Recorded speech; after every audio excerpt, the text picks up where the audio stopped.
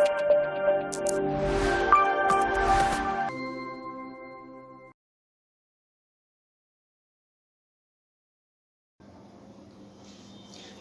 morning, my dear students.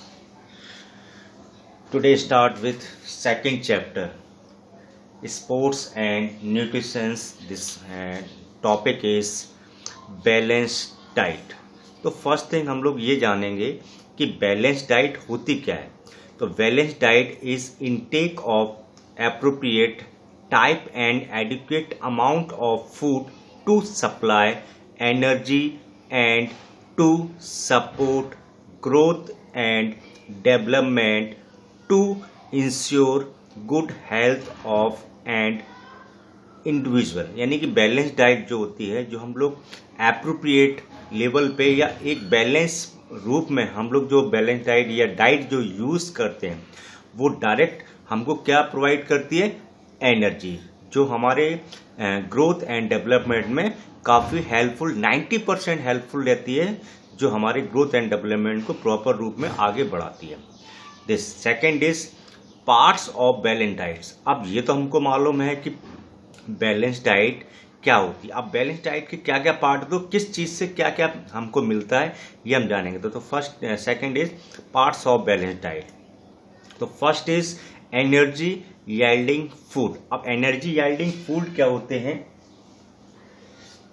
It consists of carbohydrates and fats. Fats means जिसमें आपका fat भी है and carbohydrates भी है. वो सारे किस में आते हैं? मैक्रोन्यूट्रिएंट्स में, जो लार्ज अमाउंट में हम लोगों को चाहिए रहते हैं, उनको क्या बोलते हैं? Macronutrients. This food helps to provide energy to individual for his workout or activity. यानी कि मोस्टली जो एनर्जी यील्डिंग फूड है वो हमें किससे मिलते हैं? वो हमें मिलते हैं कार्बोहाइड्रेट्स एंड फूड से. ठीक है. Then second is body building food. अब आप लोग जिम जाते होंगे या एक्सरसाइज करते हैं, तो हम लोग बोलते हैं ना कि हमको बॉडी बिल्डिंग के लिए क्या रिक्वायरमेंट रहता है? Proteins. Then second is proteins. It consists of proteins. It helps in the growth and development of body. It helps to repair or replace the worn out tissues.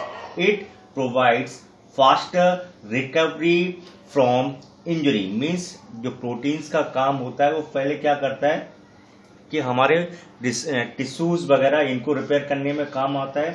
और क्या होता है, जो भी इंजरीज होती है, जैसे सपोज दैट कोई चोट लग गई है खेलते वक्त या कोई काम हो गया, तो 50% काम जो होता है वो मेडिसिन का होता है, बट जो 50% जो काम रहता है वो अपनी बॉडी करती है, जो प्रोटीन्स के थ्रू उसको रिपेयरिंग फास्ट हो जाती है. Then third is defensive food. अब डिफेंसिव फूड क्या होता है? एक तो होता है आपका मैक्रोन्यूट्रिएंट्स, जो लार्ज अमाउंट में चाहिए रहता है, और एक होता है माइक्रोन्यूट्रिएंट्स, जो हमको एक स्मॉल क्वांटिटी में इसकी रिक्वायरमेंट रहती है.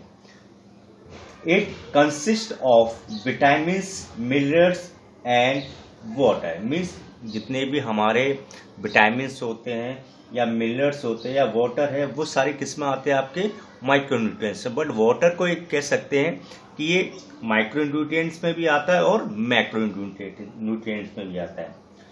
This food helps in proper functioning and defense of various organs. This diet improves the immune system of the body. Thus, it helps to defend against infection, germs and disease, etc. Means इसका main जो purpose होता है, जो defensive, name से आपको clear हो रहा है. डिफेंसिव मीन्स जो प्रतिरोधक क्षमता, जिसको कह सकते हैं ना कि हम जो बॉडी के अंदर है, कि हमारी बॉडी के अंदर रेजिस्टेंस पावर होती है, उसको बोला जाता है. वो किससे इम्प्रूव होती है? इस डिफेंसिव फूड. अब डिफेंसिव फूड में आप लोग जो खाने में विटामिन्स लेते हैं, मिनरल्स लेते हैं या वाटर पीते हैं, वो सब आप लोगों को क्या काम करता है? वो आपकी बॉडी में जितने भी है सभी डिसीज के अगेंस्ट क्या करती है? फाइट करती है, डिफेंस करती है. This is called defensive food. Then third topic is nutritions. अब ये तो हो गया आपका बैलेंस डाइट. अब न्यूट्रिशंस क्या होता है? It is the science which deals with the interaction of food in relation to the well being of a person. हो सकता है ये आपको नहीं समझ में आया हो, एक सिंपल सी डेफिनेशन मैं आपको बता देता हूं। It is the science which deals, ये तो आपने अभी देखा।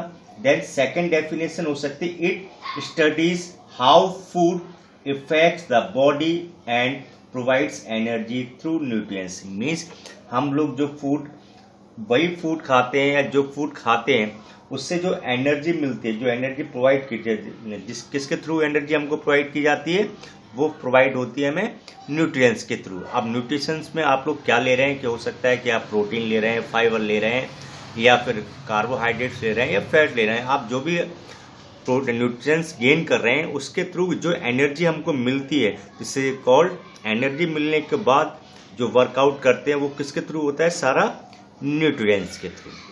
Got it? Okay, next topic is components of food, यानी कि फूड से हमें कौन कौन से तत्व मिलते हैं, कौन कौन से कंपोनेंट्स होते हैं। तो this is two types. First macronutrients, then second is micronutrients. अब मैक्रोन्यूट्रिएंट्स क्या होता है? मैक्रोन्यूट्रिएंट्स का मैंने आपको लास्ट वीडियो में भी बताया था कि जो हमें लार्ज अमाउंट में मिलता है, जिनकी नीड हमें लार्ज अमाउंट में रहती है। अब मैक्रोन्यूट्रिएंट्स में जैसे कि आपका macronutrients, these are required in large proportion, यानी कि जो हमको लार्ज अमाउंट में जिनकी हमको नीड रहती है in our diet, like carbohydrates, fats, proteins and water. अब इसके जो आप लोगों का मैक्रोन्यूट्रिएंट्स के जो पार्ट्स होते हैं, carbohydrates, fats, proteins and water, they are main part of diet and they are taken in large quantity in our diet and also the main sources of energy. यानी कि जो मैक्रोन्यूट्रिएंट्स होते हैं, carbohydrates, fats, protein, ये सारे जितने भी macronutrients होते हैं, ये मेन सोर्सेज होते हैं एनर्जी के, यानी इनके थ्रू हमें ज्यादा से ज्यादा एनर्जी मिलती है। These are known as nutritive food, यानी जितने भी ये फूड हैं वो सभी क्या है? न्यूट्रिटिव फूड है। अब देन ये हो गया मैक्रोन्यूट्रिएंट्स जो लार्ज अमाउंट में चाहिए रहते हैं, ये हैं आपके। Then micronutrients. अब माइक्रोन्यूट्रिएंट्स क्या होते हैं? स्मॉल साइज में, ये जो छोटे साइज में हमको चाहिए। अब जिनका इसको सेकेंड डेफिनेशन में बताता हूं। These are required in small proportion in our diet, like vitamins and minerals. They are considered as supplement food like chlorine, iron, magnesium, zinc, boron, sodium, copper, fibers, etc. They are also known as non-nutritive food. They act as defensive food and help the proper functioning of various organs. यानी जो main का जो micronutrients का जो main functions होता है, they act as a defensive food and help the proper functioning of various organs. यानी कि पहला काम होता है इसका डिफेंसिव, यानी डिफेंस करना। देन सेकेंड वर्क होता है कि जितने भी ऑर्गन्स हैं वो प्रॉपर रूप में वर्क करें।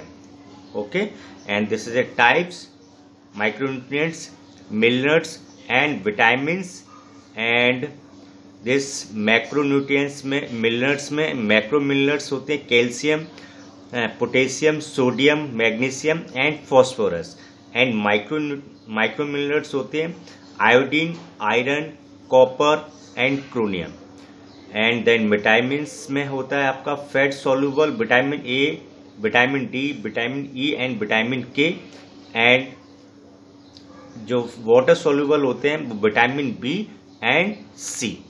अब पहले जान लेते हैं कि ये तो आपने समझ लिया कि मैक्रोन्यूट्रिएंट्स में मैक्रोन्यूट्रिएंट्स क्या होता है और माइक्रोन्यूट्रिएंट्स में क्या क्या होते हैं। अब ये जानेंगे कि कार्बोहाइड्रेट, फैट, प्रोटीन ये क्या होते हैं। तो फर्स्ट थिंग कार्बोहाइड्रेट्स। अब कार्बोहाइड्रेट्स है क्या। अब पहले मैंने आपको बताया था कि जितने भी ये हैं वो सारे एनर्जी प्रोवाइडर हैं जो आपकी बॉडी को एनर्जी प्रोवाइड करते हैं। अब carbohydrate provide quick energy to body, यानी कि जो कार्बोहाइड्रेट्स होता है वो क्विक एनर्जी प्रोवाइड करता है and they are not stored in our body for longer duration, यानी कि जो कार्बोहाइड्रेट्स है वो आपका लॉन्ग टाइम तक बॉडी के अंदर स्टोर करके नहीं रख सकते हैं। Carbohydrates are the compounds of carbon, hydrogen and oxygen. जो कार्बोहाइड्रेट्स होता है वो तीन चीजों का कंपाउंड, तीन चीजों से मिलकर बना हुआ है। First carbon, hydrogen and oxygen with chemical formula, यानी इसका एक केमिकल फॉर्मूला होता है कि किस क्वांटिटी में क्या क्या चीज होनी चाहिए। C6H12O6। C6 means carbon, 6 hydrogen and oxygen. The primary function of carbohydrates is to provide energy for body, especially to the brain and nervous system। जो कार्बोहाइड्रेट्स होता है उसका जो मेन कह सकते हैं स्पेशली जो काम होता है वो ब्रेन और नर्वस सिस्टम को क्विक एनर्जी प्रोवाइड करना होता है।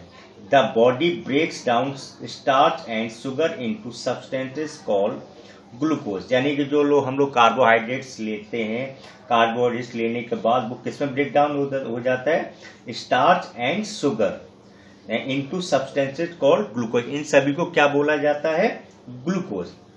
This glucose is used as energy source, यानी कि जो ग्लूकोज होता है वो हमें क्या करता है, एनर्जी देता है। Why body excess of carbohydrate are converted into glycogen. जो आप लोग एक्स्ट्रा जो कार्बोहाइड्रेट यानी बहुत ज्यादा मात्रा में कार्बोहाइड्रेट्स जो लेते हैं वो किस में कन्वर्ट हो जाता है, ग्लाइकोजन में। अब कार्बोहाइड्रेट्स भी this is two parts, first simple carbohydrates then second is complex carbohydrate. अब सिंपल कार्बोहाइड्रेट्स क्या होता है, these are soluble in water, यानी कि जो वाला सिंपल कार्बोहाइड्रेट होता है वो वाटर में इजिली सॉल्युबल हो जाता है। They are used as immediate energy provider. जो भाई सिंपल कार्बोहाइड्रेट था वो इंस्टेंट एनर्जी यानी क्विक एनर्जी आपको प्रोवाइड करता है। They are also called quick energy food, यानी कि इसको एक नाम और बोला गया है, quick energy food. And the sources of simple carbohydrates are, अब क्या सिंपल कार्बोहाइड्रेट्स हमें किस किस चीज से मिलता है, पहला तो होता है milk, then second sugar, third आपका honey, jam, vegetables, fruit etcetera, potato वगैरह, ये सारी चीजें क्या है, this simple carbohydrates. Again simple carbohydrate digest quickly, यानी ये सारी चीज जो आप लेते हैं वो क्विकली डाइजेस्ट हो जाती है।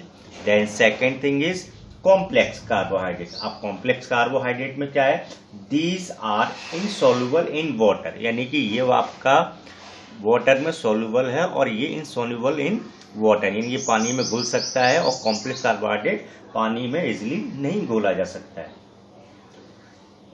And they are not sweet in taste, यानी कि इसका टेस्ट मोस्टली जो केमिकल से मिलके बनते हैं वो होते हैं complex carbohydrate. Complex carbohydrate release slow energy as compare to simple carbohydrate in which energy content. Means भाई जो इंस्टेंट एनर्जी देता है वो क्या है, सिंपल कार्बोहाइड्रेट। जो स्लोली एनर्जी देता है वो क्या होता है, कॉम्प्लेक्स कार्बोहाइड्रेट। ये इजिली एकदम, जैसे आपने कोई भी चीज़ गेन की, जैसे चाय पी या फिर अपन कह सकते कोई भी आपने स्वीट्स खाया, वो क्या करेगा, आपको एकदम इंस्टेंट एनर्जी देगा। कहते हैं चाय पीने के बाद हमें रिलीफ महसूस हो रहा है या हम थके नहीं लग रहे हैं, हम फिर से वो काम कर सकते हैं। बट कॉम्प्लेक्स कार्बोहाइड्रेट में ये आपको इंस्टेंट एनर्जी प्रोवाइड नहीं करता, बट ये लॉन्ग ड्यूरेशन तक चलता है। ये आपको इंस्टेंट देता है और ये लॉन्ग ड्यूरेशन तक एनर्जी प्रोवाइडर है। Then second is fat. अब फैट को काफ़ी लोग कहते हैं, जो कई लोग, क्योंकि बॉडी के अंदर फैट नहीं होना चाहिए, हमको फैट नहीं खाना चाहिए, ये कई लोगों का ये थिंकिंग है वो काफ़ी अच्छी नहीं है, क्योंकि उसमें फैट हमारी बॉडी के अंदर उतना ही इम्पोर्टेंट है जितना कि और कंपोनेंट्स, जैसे कार्बोहाइड्रेट्स है, प्रोटीन है या वाटर है, बट फैट भी हमारी बॉडी के अंदर इसका नीड बहुत है।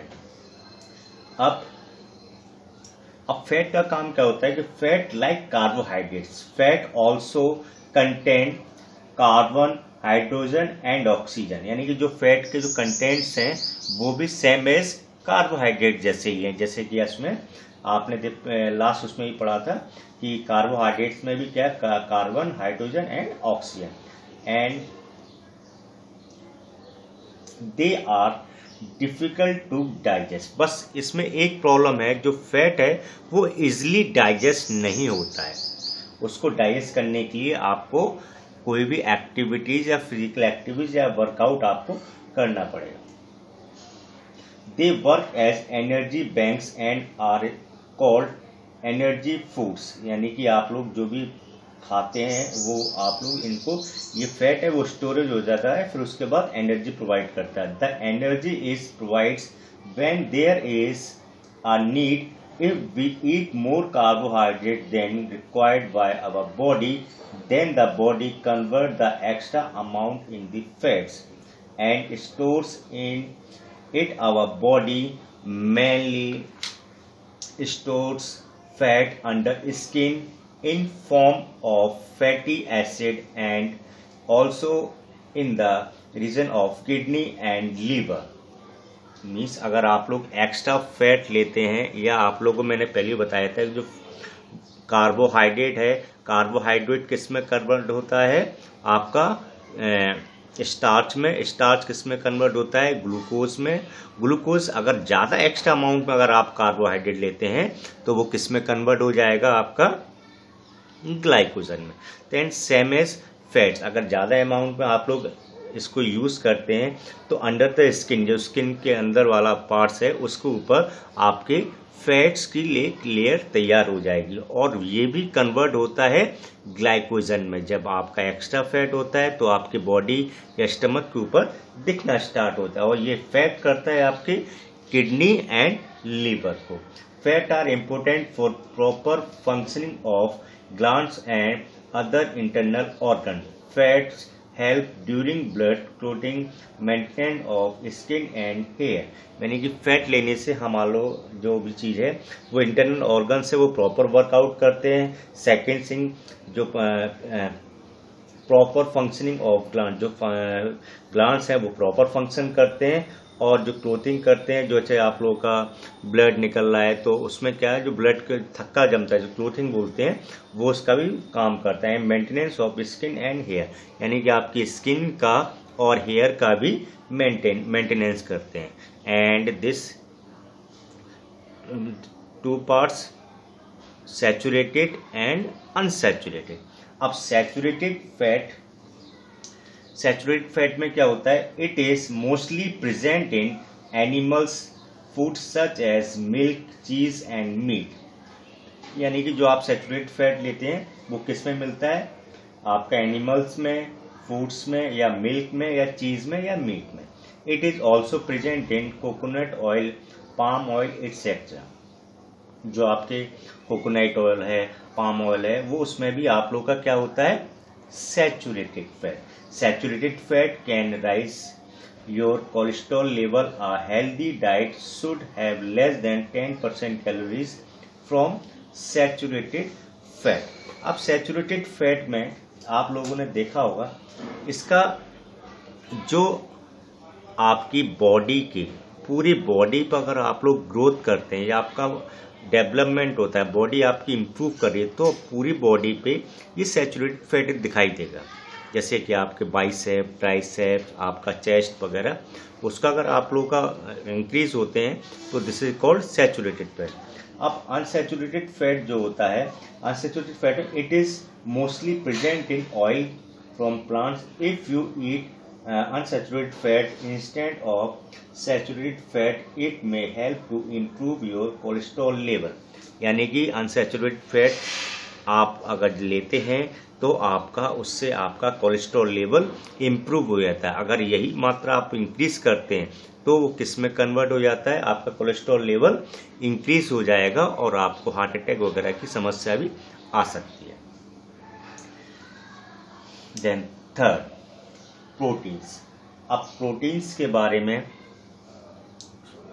प्रोटीन्स में मैंने आप लोगों को पहले ही बताया था, जो प्रोटीन होती है वो एक तरीके का आपकी बॉडी को कह सकते हैं कि बॉडी बिल्डिंग के लिए यूज़ करते हैं इसको. जो मसल्स मास अगर आपको बढ़ाना है तो हम लोग क्या लेते हैं, प्रोटीन. अब प्रोटीन में, protein are complex chemical substance containing carbon, hydrogen, oxygen and nitrogen. यानी जिसमें एक तत्व और बढ़ गया है, जैसे कार्बन, हाइड्रोजन, ऑक्सीजन, जो आपके फैट में भी होता था, आपका कार्बोहाइड्रेट्स में भी होता था. प्रोटीन में क्या एक चीज इंक्रीज हो गई है, वो है आपका nitrogen and sulphur. Nitrogen and sulphur. Some proteins are contain phosphorus and iron. Proteins are useful for our growth and development, for repairing the wear and tear of tissues. अब जो प्रोटीन्स का main workout है, ये जो main functions है, वो function है कि आपका जो ग्रोथ एंड डेवलपमेंट है वो किसके थ्रू होता है, वो होता है आपका प्रोटीन्स के थ्रू. और जो भी आपका वियर या टीयर, जो भी टिश्यूज आपके ब्रेक डाउन हो जाते हैं, उनका रिपेयरिंग का काम भी कौन करता है, proteins. They help in the formation of enzymes and hormones and also act as source of energy. They are an important part of our body. Food are found in pulses, beans, cheese, milk, fish, meat and eggs. जो proteins का main sources होता है वो क्या होता है, आपका जितने भी आवर फूड होते हैं are found in pulses, beans, cheese, milk, fish, meat and eggs. ये सारे सोर्सेस होते हैं प्रोटीन से. And this is also divided in two parts. First essential, then second non essential. Essential क्या होता है, there are 9 essential amino acids which are taken from food and they are not made in body. यानी कि जो essential food होते हैं वो body के अंदर नहीं बनते हैं, वो आप लोगों को लेना पड़ते हैं. The sources of essential proteins are pulses, milk, dairy products, soybeans, eggs, meat and etcetera. यानी कि जो आप लोगे 9 अमीनो एसिड जो हमारी बॉडी के लिए रिक्वायरमेंट होती है, वो क्या होता है, which are taken from food and they are not made in body. यानी कि जो हमको इसेंशियल फूड है वो हमारी बॉडी के अंदर नहीं बनते हैं. वो 9 इसेंशियल एसिड कहाँ से लेने पड़ते हैं, वो हमें फूड के थ्रू लेना पड़ता है. और वो जो मेन सोर्सेस होते हैं प्रोटीन्स के, वो इसेंशियल्स प्रोटीन्स के, वो क्या होते हैं, pulses, milk, dairy products and soybeans, eggs and meet.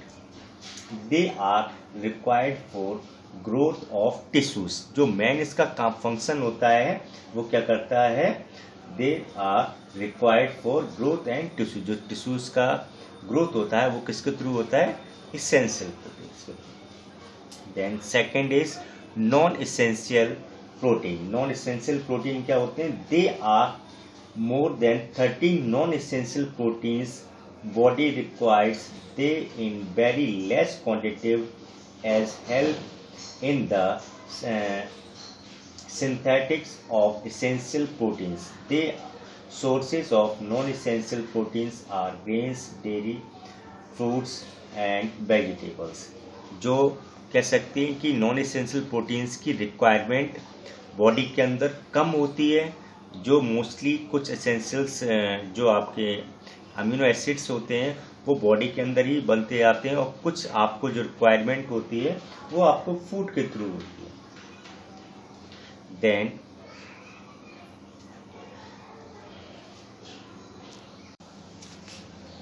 Next is water.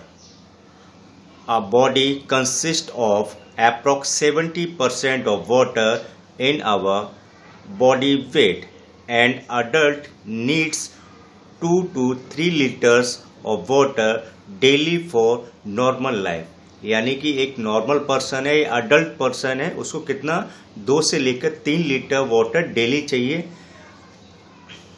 In summer, body needs more water due to sweating, etc. The person who plays more or does hard physical activity also need more water.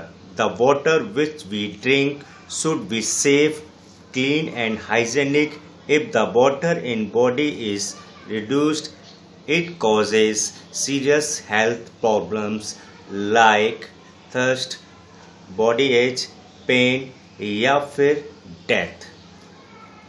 यानी कि अगर आप लोग mostly हमको जो water चाहिए अपनी body के अंदर 70% वाटर होता है। अब उसको अगर रेगुलर अडल्ट पर्सन होता है 2 to 3 लीटर डेली उसको वाटर की ज़रूरत पड़ती है, और कोई ज़्यादा फिजिकली वर्कआउट करता है तो मोर वाटर की उसको ज़्यादा ज़रूरत रहती है। ओके, अगर इसको हम प्रॉपर वे में अगर यही वाटर हम लोग नहीं यूज़ करते डेली वे पे, तो उसके जो रीजंस होते हैं उससे आप लोगों को सर में दर्द भी हो सकता है, बॉडी एच भी हो सकता है, या फिर आपको डिहाइड्रेशन भी हो सकता है। Then last stage is death. ये सारे काम इसमें होते हैं। एंड वाटर का मेन सोर्सेस, मेन वर्क जो होता है वो ये होता है कि water is made of hydrogen and oxygen elements, यानी 2 चीज़ों से मिलकर बना है। It serves as transport of nutrients to cells and remover of waste through urines। यानी कि इसका जो काम होता है, जितने भी न्यूट्रिएंट्स है वो सेल्स के थ्रू या ब्लड के थ्रू कहाँ बॉडी को पहुंचाता है। थर्ड इज जितना भी वेस्ट प्रोडक्ट होता है वो यूरिन के थ्रू वाटर के बाहर निकल जाता है। It is also critical for control of body temperature, ionic balance of the body as well as the body metabolism. It has 0 calorie content, यानी कि इसमें बिल्कुल भी कैलोरी या एनर्जी कंटेंट नहीं होता है। सेकेंड थिंग, इसका जो मेन वर्क होता है वो क्या करता है, हाइजेनिक, या कह सकते हैं कि वाटर के थ्रू या यूरिन के थ्रू आपका जितना भी वेस्ट प्रोडक्ट है वो बॉडी से या स्वेटिंग के थ्रू बॉडी से बाहर निकालना होता है। और ये क्या करता है, ये बॉडी का जो टेम्परेचर होता है वो वाटर के थ्रू ही आप लोग कंट्रोल कर सकते हैं। अगर डिहाइड्रेशन होता है तो टेम्परेचर हाई हो सकता है, अगर डिहाइड्रेशन लो होता है तो टेम्परेचर लो भी जा सकता है।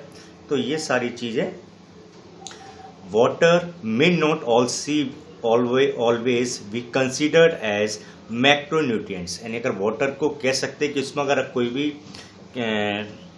0 कैलोरीज कंटेंट है तो ये माइक्रोन्यूट्रिएंट्स में आना चाहिए।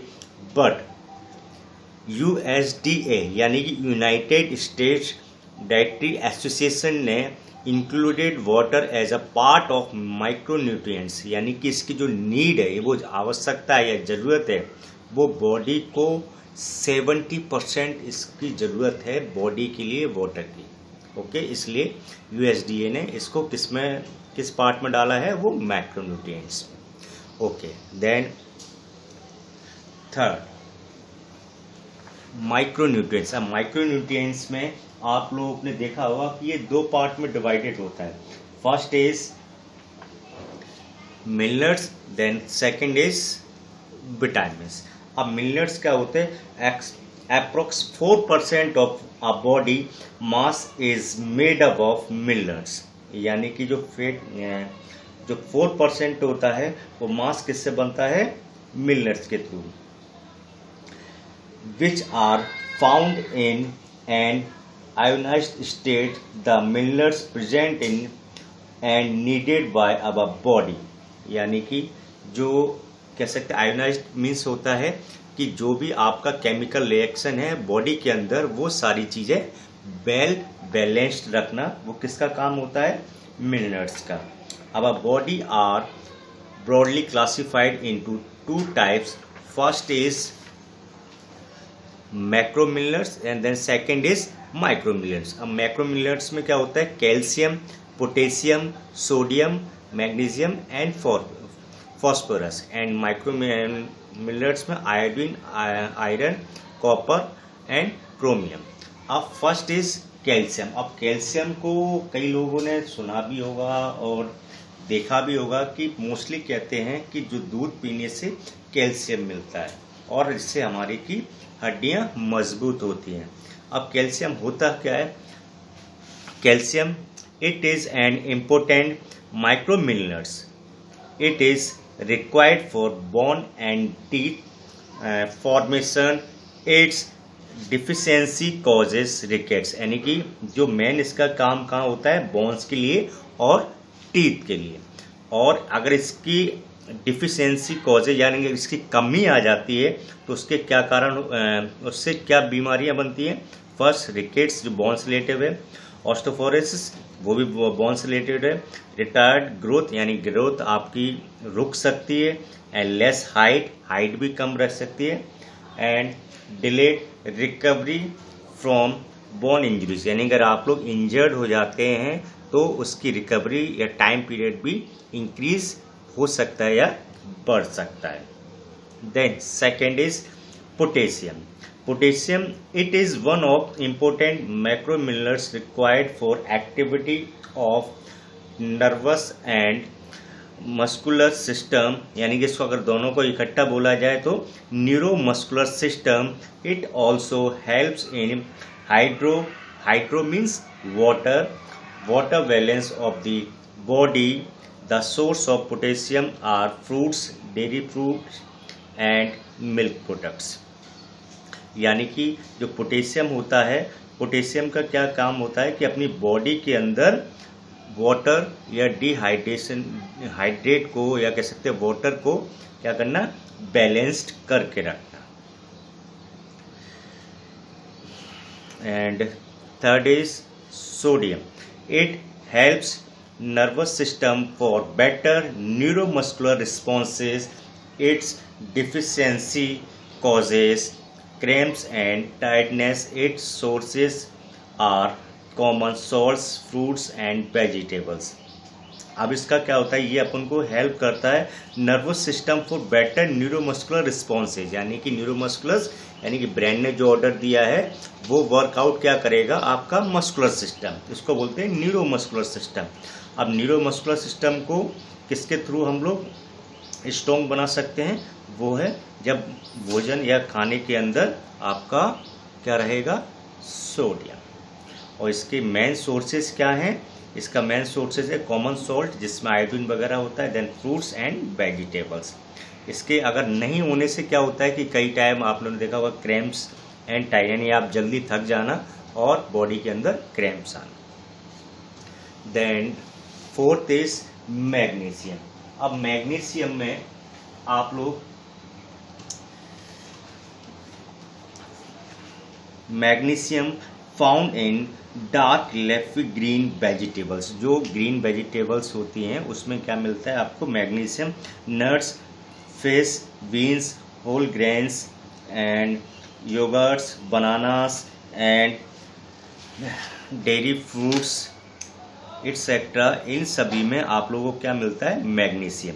अब मैग्नीशियम में the function of magnesium involves the proper functioning of nervous and muscles, boost the immune system and normalize heartbeat and strengthen bones. यानी कि जो मैग्नीशियम होता है वो आप लोगों को पता है वो किस में मिलता है, आपका नट्स में है, फिश में, बीन्स में and whole grains and yogurts and bananas and dried products and dairy products. इन सभी में क्या होता है, एंड डार्क चॉकलेट्स. इन सभी में क्या होता है, मैग्नीशियम. मैग्नीशियम का मेन फंक्शंस होता है जो कि नर्व्स एंड मसल्स को एक्टिवेट करना, बूस्ट द इम्यून सिस्टम यानी जो इम्यून सिस्टम को इम्प्रूव करना, and normalizes heart beat and strengthen bones. यानी कि जो आपकी हार्ट बीट है, फास्ट है या स्लो है, इसको क्या करना है, नॉर्मलाइज किसके थ्रू होता है, वो मैग्नीशियम के थ्रू। यानी कि अगर आप लोग डेली जो आपकी डेली वैल्यू मैग्नीशियम होता है उसका 0.4 gram magnesium deficiency cause hypo magnesium which has many symptoms. यानी कि अगर आप लोग मैग्नीशियम रेगुलरली लेते हैं तो आपको डिसीज होने के चांसेस कम होते हैं। अगर आपका 0.4% ग्राम भी कम होता है तो उससे आपको हाइपो मैग्नीशियम एंड काफ़ी सारी अलग अलग डिसीज होने के चांसेस हैं। And then third is phosphorus. अब phosphorus, it main sources of phosphorus are meat and meat products, milk and milk products and nuts and whole grains. It maintains the bones and teeth. यानी किसको maintain करता है, bones और teeth को। And also makes gums healthy. यानी कि जितने भी आपके कह सकते हैं लिक्विड फॉर्म है उनको हेल्दी वे में बनाता है। The DB for phosphorus is 1 gram phosphorus deficiency cause hypophosphatemia. Hypophosphatemia में क्या होता है, जो एक तरीका अगर इसकी कमी आती है फॉस्फोरस की तो इससे आपको हाइपोफॉस्फेटेमिया होने के चांसेस ज़्यादा बढ़ जाते हैं। Then micronutrients. अब माइक्रोन्यूट्रिएंट्स में आप लोग like iodine, iron and copper and chromium. तो मीन्स फर्स्ट स्टार्ट करते हैं आपका आयोडीन से। It deficiency cause goitre in which thyroid glands swells by the breathlessness and weakness is experienced by the person. Its sources are seafood, iodized salt, and iodine. It is the important ingredient of hormones produced by the thyroid glands, which are required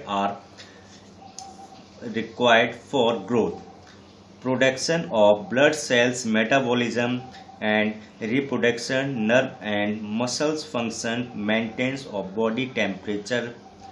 यानी कई सारे इसके जो आयोडीन्स के काम होते हैं, आपकी बॉडी को ग्रोथ करना, आपका थायराइड ग्लैंड्स को मजबूत बनाना, and body production of body cells का प्रोडक्शन करना, एंड मेटाबॉलिज्म को इम्प्रूव करना, and nerve and muscles function and maintenance of body temperature.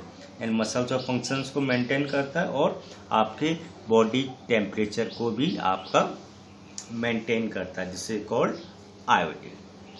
Then second is micronutrients का iron. Iron it is required for formation of haemoglobin.